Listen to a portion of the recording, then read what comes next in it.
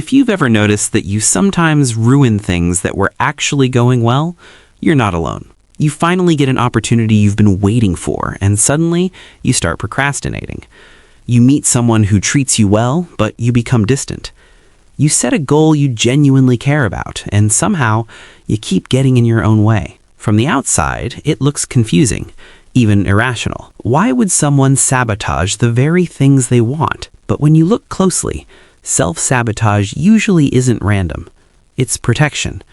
And people who do this often don't realize that what looks like self-destruction on the surface is often the mind trying to keep something emotionally familiar.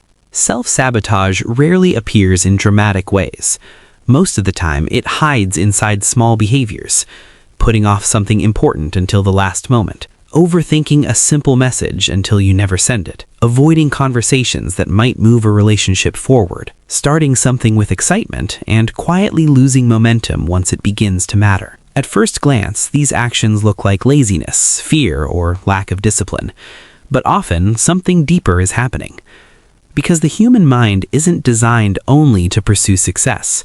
It's designed to preserve emotional safety, even if that safety keeps you stuck. Think about how early experiences shape identity. Growing up, people receive subtle messages about who they are. Sometimes those messages are encouraging, but sometimes they quietly create limits. A child might learn that they're not the smart one, or not the confident one, or the one who always struggles. These ideas don't always come from direct criticism. Sometimes they form slowly through comparison, expectations, or repeated experiences. And over time, those impressions turn into identity.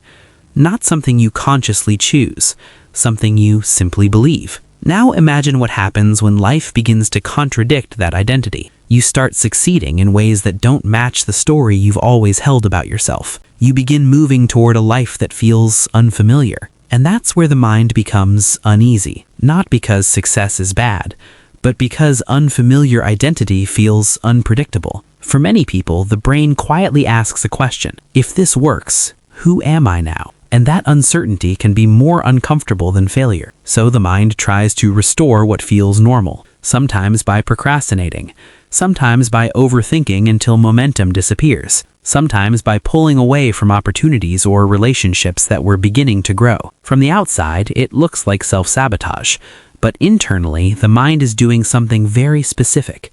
It's protecting the identity it understands, even if that identity is limiting. This is why people sometimes repeat patterns they say they want to escape. The person who longs for stability keeps choosing chaotic relationships.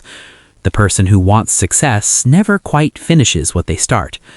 The person who wants to be seen stays quiet when it matters most. These patterns don't happen because people enjoy suffering. They happen because familiar emotional territory feels safer than unknown territory, even when the unknown might be better. And here's where it gets interesting. Self-sabotage isn't always about fear of failure. Sometimes it's fear of success, but not in the way people usually imagine. It's not the success itself that feels threatening. It's what success might change, because success can change relationships. It can change expectations. It can change the role someone has always played in their family or social circle, and identity changes are deeply unsettling to the human mind. The brain likes continuity. It prefers stories that remain stable over time. I'm the quiet one. I'm the one who struggles. I'm the responsible one. I'm the one who always messes things up. These narratives might sound negative, but they are predictable, and predictability creates psychological comfort, even when it limits growth. So, when something begins to challenge that narrative, the mind may unconsciously pull things back toward the familiar, not as punishment, but as regulation. The same way the body tries to maintain a stable temperature, the mind tries to maintain a stable identity. That's why self-sabotage can appear right before something meaningful happens, right before a big step, right before real progress, right before someone begins to become a different version of themselves. And the strange part is that people experiencing this often feel confused by their own behavior. They might say things like, "I don't know why I do this. I want this, but I keep messing it up. I keep getting in my own way." But underneath that confusion, the mind is following an old emotional map, a map built long before the current moment, one that once helped a younger version of them navigate uncertainty. Over time, these patterns become automatic, not deliberate, not conscious, just familiar. The brain repeats what it has practiced the most.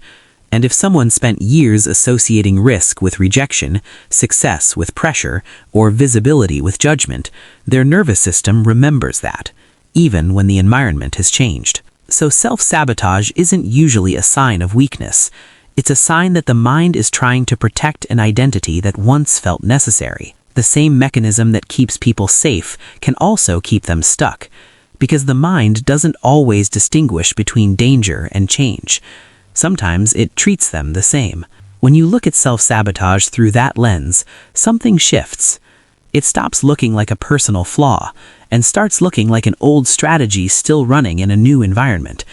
A strategy that once helped maintain belonging, predictability, or emotional safety, but one that now quietly interferes with progress. And once you begin to notice this pattern, it changes the way those moments feel. The hesitation before sending a message, the urge to delay something meaningful, the strange tension that appears right before growth. Those moments stop feeling random. They start revealing a deeper story. Because the mind rarely works against you for no reason. Most of the time, it's repeating something that once made sense, even if it no longer does. And once you see that clearly, self-sabotage begins to look less like failure and more like a pattern waiting to be understood. Once you recognize that pattern, something subtle changes. You start noticing when the mind pulls you toward the familiar. You start seeing the old identity trying to stay intact. And that awareness alone begins to loosen its grip, because patterns have power when they remain invisible. But once you see them clearly, they stop feeling like destiny.